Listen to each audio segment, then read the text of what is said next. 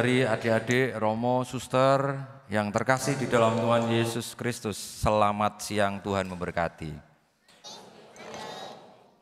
Pada hari Minggu biasa yang ke-8 ini kita dituntun untuk menjadi murid-murid Tuhan Yesus yang selalu diingatkan bagaimana membawa diri untuk semakin menghasilkan buah yang baik, yang berlimpah karena bersatu dengan Allah.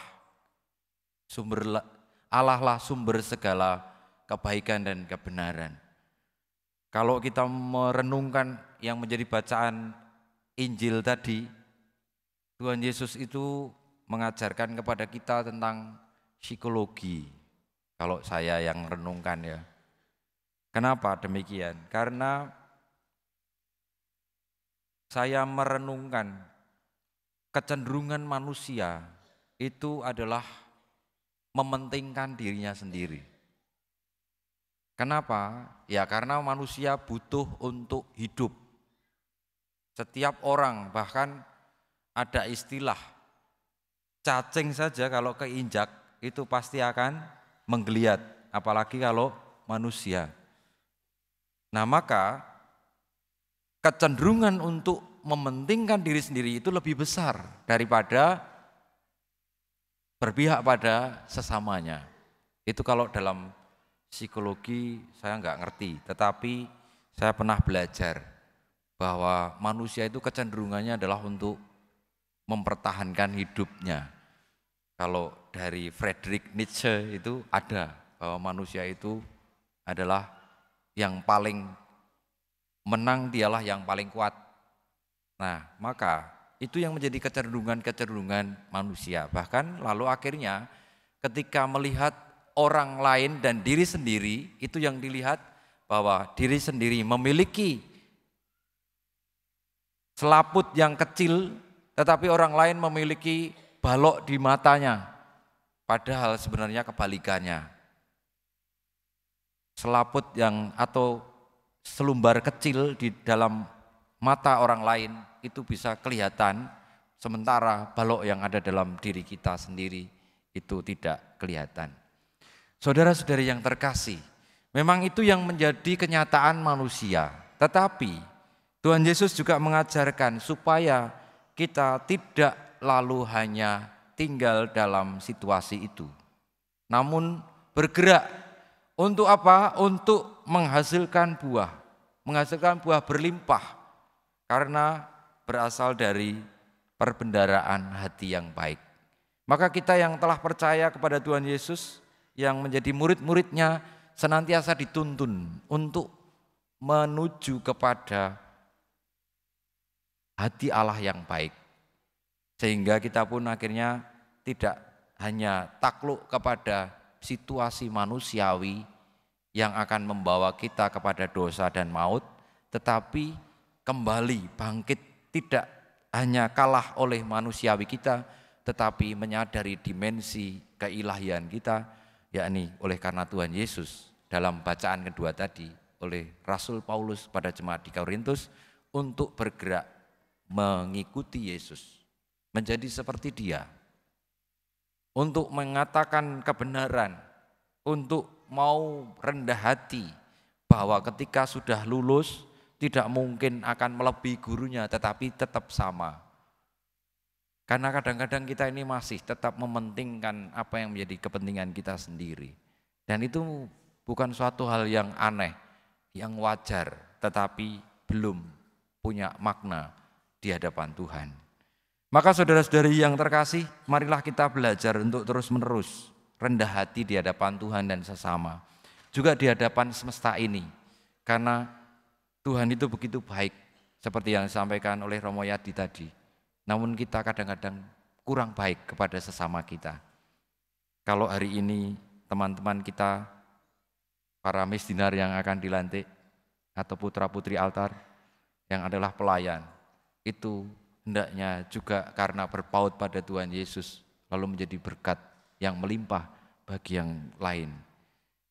Artinya bahwa pelayanan ini lalu muncul dari Tuhan yang senantiasa baik.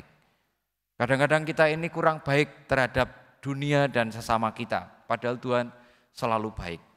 Kalau tidak percaya Tuhan selalu baik, silakan datang ke lereng gunung, lalu carilah sungai yang mengalir di situ. Coba temukan sumbernya, air yang mengalir dari sumber itu, air yang kotor atau air yang jernih. Pasti yang jernih, tetapi sampai bawah kita mengotorinya, dan itu selalu terjadi.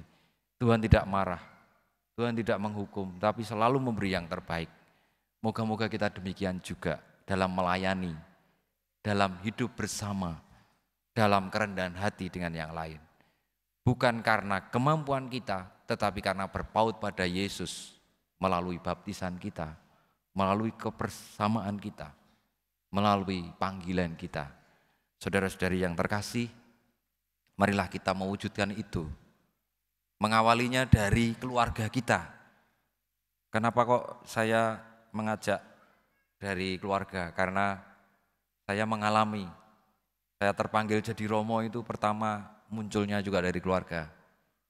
Lalu dari keluarga lah kita bisa belajar banyak untuk membentuk hati, perbendaharaan hati yang baik melalui keluarga, di dalam keluarga, di tengah keluarga. Dengan demikian lalu nanti yang muncul tumbuh itu juga buah-buah yang baik. Bisa melalui keluarga terlebih dahulu. Lalu mulai di tengah-tengah lingkungan, wilayah, lalu paroki, masyarakat, dan sebagainya.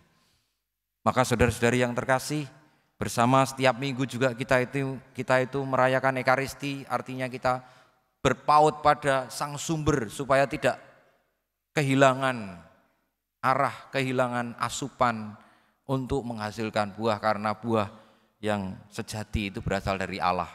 Moga-moga dengan berpaut pada Sang Sumber, kita pun akhirnya boleh menjadi perantara hadirnya, lahirnya buah-buah kebaikan itu. Karena dari hati yang sungguh-sungguh tulus dan baik.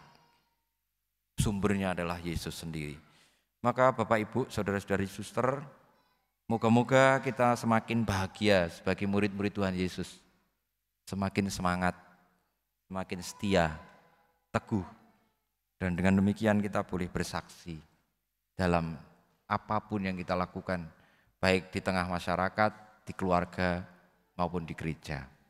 Ada selalu pembaruan diri, kerendahan hati, mau mendengarkan orang lain, tidak lalu mudah menghakimi, tetapi mau mendengarkan, belajar banyak. Saya pernah lulus S2, pernah.